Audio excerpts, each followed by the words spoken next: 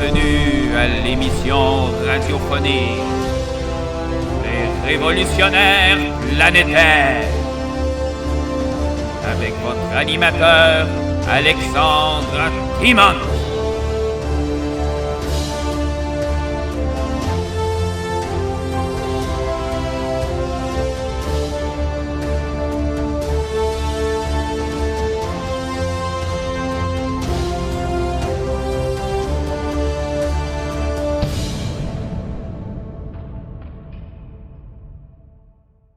Grosse nouvelle qui vient de sortir, les Chinois ont désormais un incubateur à bébés. C'est sorti dans les nouvelles. Ils ont créé une machine qui permet de regarder finalement l'évolution des embryons de souris avec un ordinateur qui est connecté avec un microscope. Et puis là, dans le fond, il est capable de prendre les échantillons pour les apporter au microscope et puis voir s'il y a des anomalies durant la formation des fœtus de souris. Puis après ça, une fois que les fœtus, dans le fond, ils grandissent, eh bien, ils peuvent être mis finalement dans leur incubateur, puis se rendre à terme sans avoir à avoir été en gestation dans le ventre d'une mère souris. Ainsi, ils pensent qu'ils pourraient faire ça éventuellement avec des êtres humains. Donc les Chinois, ils ont dit que, vu qu'ils connaissaient une baisse de la natalité, même si ça fait quelques années qu'ils ont permis aux familles chinoises d'avoir 3 enfants par famille au lieu d'un seul, comme ça a été pendant plusieurs années, ou est-ce que là, avec un seul enfant, ben souvent les familles choisissaient d'avoir seulement un garçon pour être capable de mieux léguer leur héritage aux mâles de la famille, si on veut.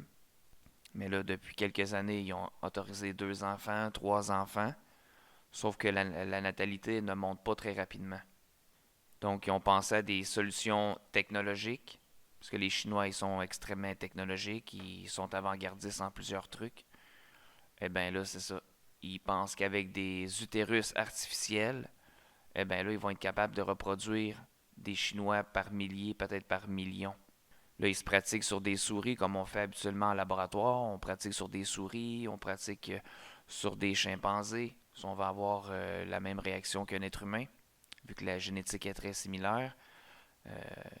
Les laboratoires travaillent avec des porcs, vu que la génétique est similaire. Ou ça peut être aussi avec des petits animaux, des rats. Mais là, la souris, c'est comme l'animal de laboratoire par excellence. Donc, ça ne serait pas surprenant que les Chinois vont utiliser cette machine-là d'incubateur à souris pour le transformer en incubateur à bébé humain chinois. Et puis, toute cette technologie-là, couplée finalement à leur dernière recherche de le Beijing Institute depuis 2010, où est-ce que, comme je l'ai mentionné souvent dans mes émissions, ils avaient démarré un programme de séquençage d'ADN, où est-ce qu'ils ont sélectionné 2500 surdoués chinois qui ont évalué tout leur bagage génétique et puis ils ont essayé d'identifier quel gène faisait en sorte que ça menait presque automatiquement à des surdoués. Quel gène avait en commun les surdoués, finalement? Donc, ils ont fait un émondage, une sélection des gènes, ce qui fait en sorte que les familles asiatiques de nos jours peuvent aller dans les cliniques de fertilité et puis choisir des embryons qui ont non seulement 130 de QI, mais même 160 de base. Ça veut dire toutes des Albert Einstein potentiels. Donc, si on fait la petite prédiction, en fait, qu'ils vont coupler ces informations-là de sélection des meilleurs gènes de surdoués, ils vont envoyer ça dans leur incubateur à bébés, leur utérus artificiel, surveillé par une intelligence artificielle qui, elle, surveille voir si les embryons, le développement cellulaire se produit comme il faut. Eh bien là, ils vont être capables de produire des surdoués en série, là. Puis c'est hautement probable, à mon avis. Parce que connaissant les Chinois, eux autres, ils ont une capacité de production incroyable. Ils disent en ce moment, l'usine de la planète, c'est la Chine. Donc, ça serait pas surprenant qu'ils vont appliquer les mêmes procédés de production massive à leur natalité démographique chinoise. Pour essayer de combler le manque d'enfants à naître qu'ils ont depuis quelques années. Et puis, dans cette optique-là, éviter le vieillissement de la population prématurée, parce qu'on sait que quand une population est trop vieillissante, bien évidemment, elle va plafonner, elle va avoir moins de volonté de puissance finalement pour envahir le monde, pour se défendre contre les empires qui sont émergents, qui s'opposent à nous. Donc c'est important d'avoir une population qui est jeune, un bon pourcentage de sa population totale. Et puis les Chinois, eux autres, ils voient ça comme étant uniquement une variable technologique à atteindre. Parce qu'ils veulent rester une grande puissance en Asie, ils n'ont pas envie de se retrouver avec une population de vieillards comme au Japon. Ou est-ce que le Japon, eux autres, ils ont fait le pari de préserver leur population, ne pas tomber dans les systèmes là, qu'on voit aujourd'hui là, d'immigration massive du tiers-monde, ou est-ce que encore là-bas, ils font beaucoup d'enfants. Donc, plusieurs pays occidentaux sont tombés dans le piège, finalement, de faire venir le tiers-monde chez eux. Sauf qu'on le voit, l'Occident se transforme graduellement en tiers-monde. On dit l'Occident périclite, l'Occident est en déclin. Oui, c'est à cause de la pyramide des âges qui s'est inversée, mais c'est également parce que l'Occident est de moins en moins l'Occident. L'Occident se transforme en fonction des immigrants qui arrivent. Donc, si ta population s'est rendue 50% d'Africains, ah ben, ça sera plus l'Occident, ça va être l'Afrique chez vous, ça va être le Moyen-Orient chez vous, ça va être l'Asie chez vous, ça va être l'Amérique du Sud chez vous, ça va tout être sauf les populations fondatrices qui, en l'occurrence en Occident, étaient les Blancs, les Européens nordiques qui venaient d'Europe finalement, là, qui avaient colonisé la planète. Donc, on peut supposer que les Chinois, pareil aux Japonais, ne veulent pas, pareil aux Russes aussi, là, qui ne remplacent pas leur population par le tiers-monde, ben, il est à présager que les Chinois non plus ne veulent pas ouvrir leurs frontières au tiers-monde de façon momentanée pour combler les besoins économiques, mais qui se verraient à moyen et long terme être remplacés chez eux. Ce qui advient invariablement, là, parce que c'est une question de quantité de population. Donc, ils n'ont pas envie d'être remplacés, ils veulent rester chinois, ils veulent rester pareils, avec leur même génétique de grosse tête. Bon, dans le fond, ils ont des préceptes, ils ont une pensée identitaire, finalement, protectionniste au niveau de leur ethnie, au niveau de leur culture, au niveau de leur langue, qui veulent plutôt toutes ces variables-là fortifiées pour mieux exporter à l'étranger, rendre le monde plus chinois. Alors pourquoi faire immigrer le tiers-monde chez eux et puis se dénaturer, se désapproprier de leurs acquis génétiques et civilisationnels, ça leur tente pas. Donc la solution par excellence, ben, c'est juste de reproduire artificiellement ses propres représentants génétiques. Pareil comme le ferait probablement une civilisation extraterrestre plus évoluée que l'humanité. Et puis, qu'est-ce qui est intéressant, c'est que les Chinois, eux autres, sont reconnus pour avoir dans les plus hauts, sinon le plus haut QI en intelligence mathématique, et puis aussi en partie technologique, et non pas en intelligence sémantique, comme les Européens. Donc, ce qui fait en sorte que les Chinois, eux autres, ils vont être très bons pour calculer les problèmes, ensuite faire les bonnes machines que ça prend, mais au niveau sémantique, ça veut dire finalement au niveau de l'élaboration de leur théorie morale et puis leur théorie éthique, ah ben là, ils sont un petit peu moins complexes, ce qui fait en sorte qu'ils vont moins s'enfarger dans des considérations éthiques, morales. Est-ce que c'est immoral finalement de créer des fœtus artificiels? Est-ce que ça rend compte exactement des besoins des femmes? Est-ce que ce ne serait pas des mesures qui seraient anti-humaines? Ça serait une choisification de l'humain? Les autres, ils s'en balancent. Les autres, ils ont une vision technique, une vision mathématique, une vision technologique, informatique. Donc, ils vont foncer vers ce qu'ils vont considérer comme étant des progrès technologiques. Ils vont aller là-dedans, dans l'eugénisme. Je pense qu'ils ne se limiteront pas, eux autres, là. Tandis que les Européens, pendant ce temps-là, l'Occident, eux autres, ben, ils sont pliés en quatre. Ils se demandent est-ce que ça serait bon de faire ça, est-ce que ça serait pas bon, est-ce que ça serait moral, immoral, bien, mauvais. Là, ils en finissent plus, là, ils tergiversent. Donc, pendant qu'ils tergiversent, pendant qu'ils font immigrer le tiers-monde chez eux, ah ben là, ils s'affaiblissent. Invariablement, ils s'affaiblissent parce qu'ils changent de génétique, ils se métissent, ils disparaissent, cette population-là vieillit. Donc, toutes les conditions sont là pour qu'elle connaisse un affaiblissement généralisé là, qui va se perpétuer pendant quelques générations. Donc, au niveau du procédé en tant que tel, de la technique de fertilisation avec l'utérus artificiel, en fait, on sait qu'une femme va naître avec 1 à 2 millions d'ovules à la naissance, mais plus tard, rendue à l'adolescence, elle va avoir environ seulement 500 000 ovules. Puis, mais par exemple, ça va rester un bagage qu'elle n'utilisera pas au complet parce qu'elle va avoir en moyenne environ 400 à 500 cycles d'ovulation durant toute sa vie. Ainsi, la méthode, c'est de prendre un ovule, le fertiliser dans une boîte de pétri avec du sperme. Puis une fois qu'on voit que l'ovule a bien été fertilisé, au lieu de l'implanter dans un utérus d'une femme normale, comme c'est fait dans les fécondations in vitro, eh bien là, on va le mettre dans un utérus artificiel où est-ce que les bonnes substances chimiques vont être contenues dans une espèce de reproduction de liquide amniotique.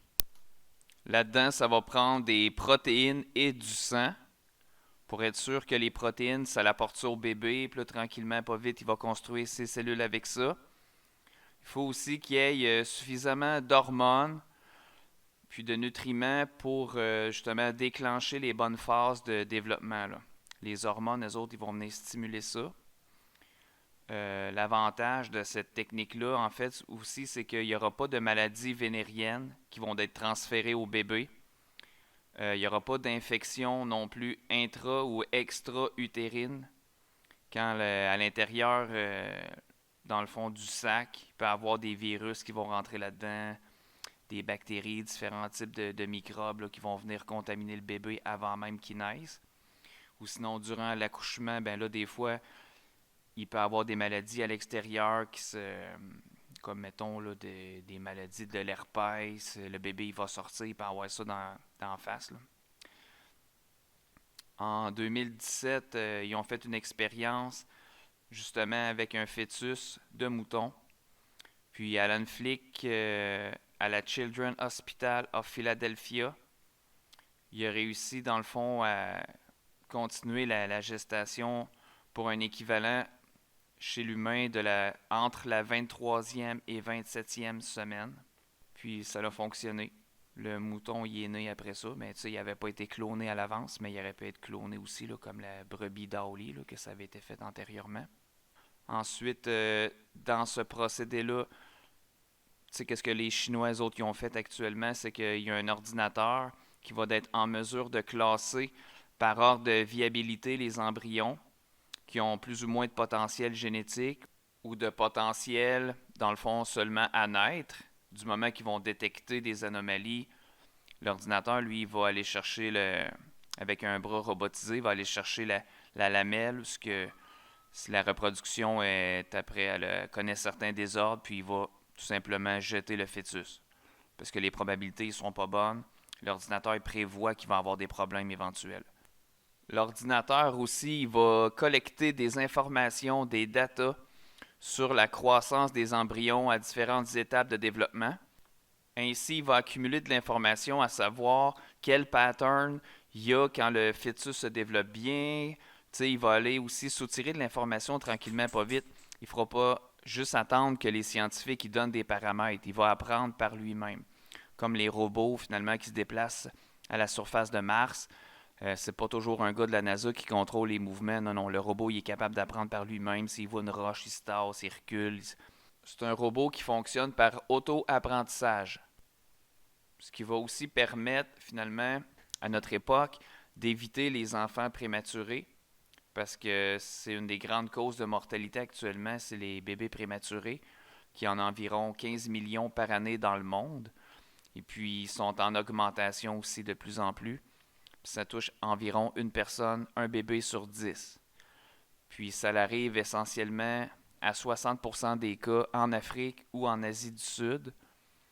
Puis comprenant les pays comme l'Inde, la Chine, le Nigeria, c'est les pires endroits au monde où il y a le plus de bébés prématurés. Puis les bébés prématurés, eux autres, ça peut être dû à finalement des facteurs comme les infections virales, bactériennes, comme j'expliquais tantôt, les maladies chroniques chez la femme. Ensuite, c'est ça, le diabète mal soigné chez la mère ou, mettons, une pression sanguine trop élevée. Donc, c'est pour ça aussi que les Chinois, eux autres, comme ils connaissent une certaine dénatalisation, ah ben là, ils ont additionné cette technique-là des fœtus artificiels pour essayer tranquillement pas vite d'augmenter leur population.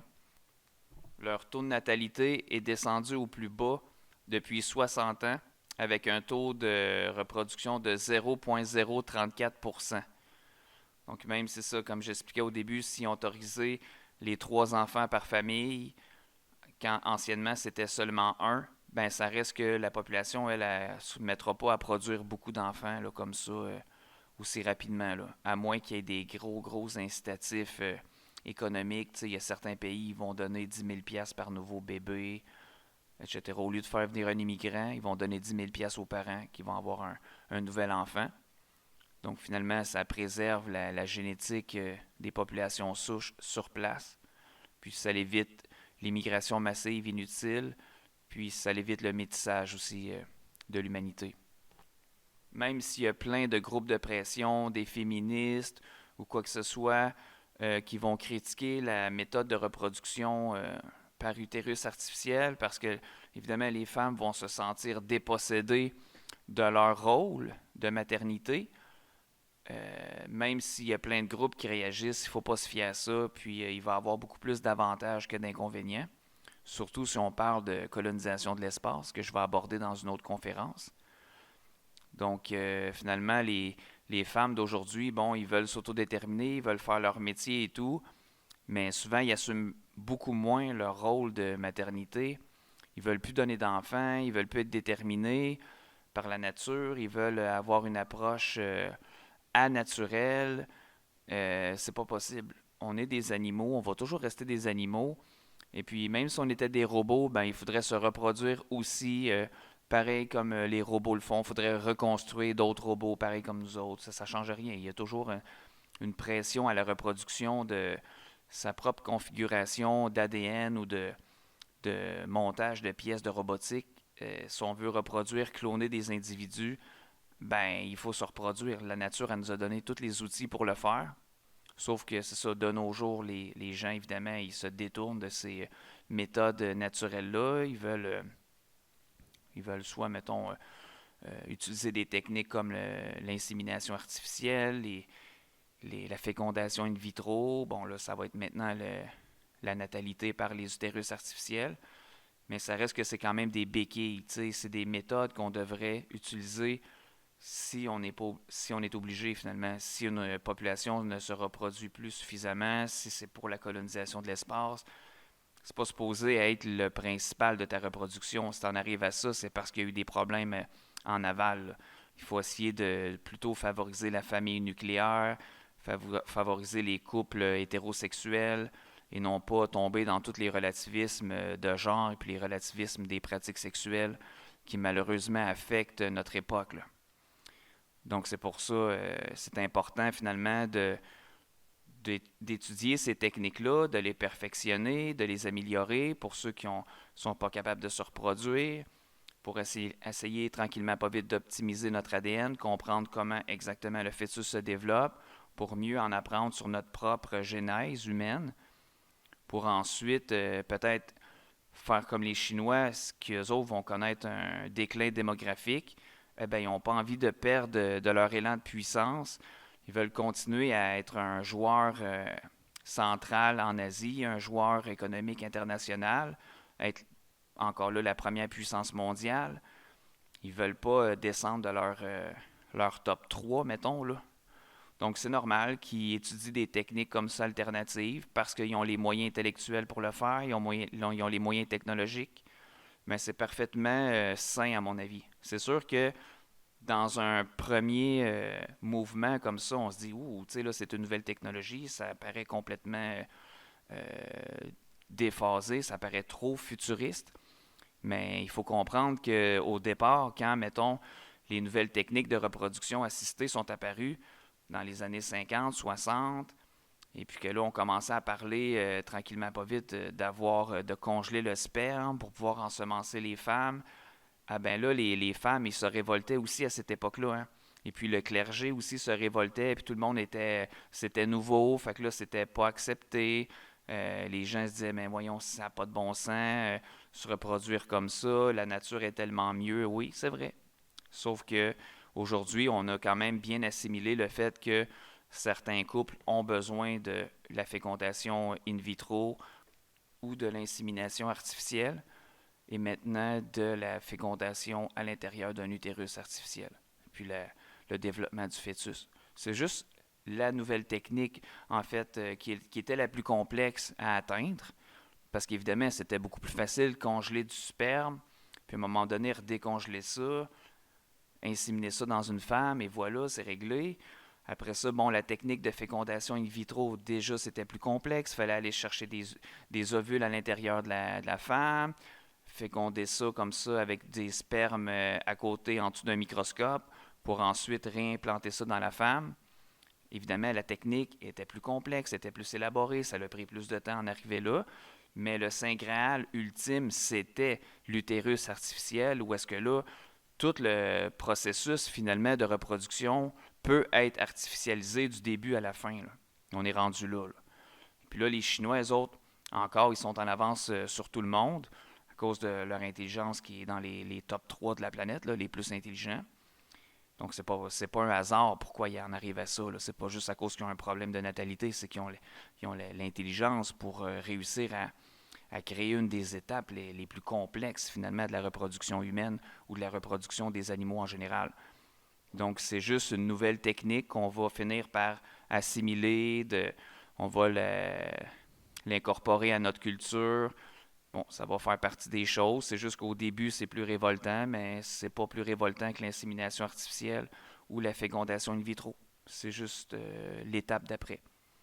Donc, il faut être capable de comprendre que c'est une bonne méthode. C'est une méthode qui est évolutive, qui est futuriste. Et puis, j'espère que c'est là pour rester. Et puis, les populations mondiales qui vont connaître des déclins démographiques vont pouvoir y faire appel, que ce soit les Chinois, que ce soit n'importe quelle autre ethnie sur la planète, que ce soit des ethnies qui sont en voie de disparition, que ça pourrait être même les aborigènes d'Australie. Ça peut être n'importe quel peuple, ça peut être autant les Blancs aussi, là. Si les Blancs, on voit que, bon, ils ont pas assez d'individus en leur sein, eh bien là, on les reproduira aussi artificiellement. Et il faut que tous les peuples puissent accéder à ces technologies-là, que ce soit démocratisé, que ce soit pas juste les Chinois qui se reproduisent par millions de fœtus artificiels, et puis ensuite avec des QI optimisés. C'est pas juste à eux autres que ça appartient. Ça, c'est des techniques qui vont être utilisées fréquemment dans le futur. Donc, il faut faire avec, il faut adopter ces technologies-là massivement, il faut les perfectionner, et puis à un moment donné, quand on aura tout maîtrisé ça comme il faut, eh bien là, on ne connaîtra plus de problèmes démographiques sur la planète.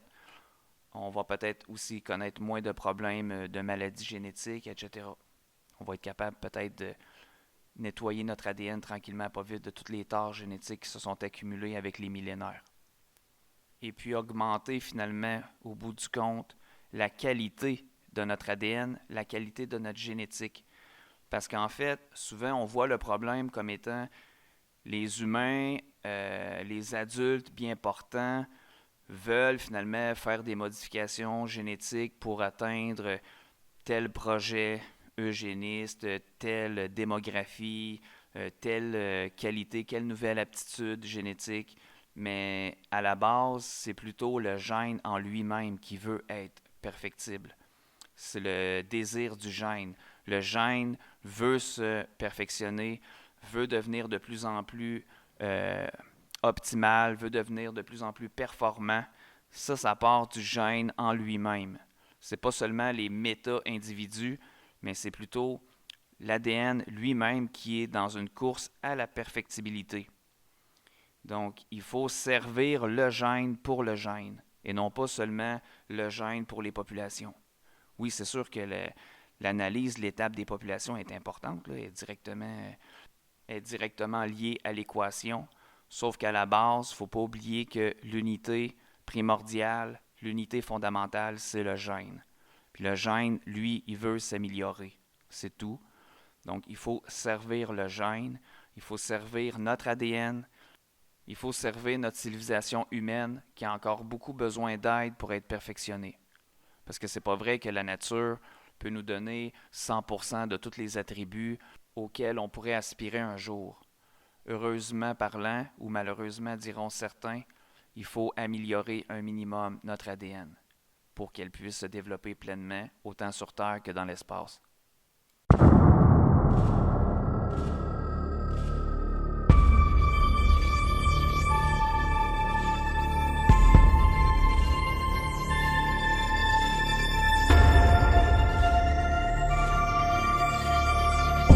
Bienvenue à l'émission radiophonique Les Révolutionnaires Planétaires avec votre animateur Alexandre Timon.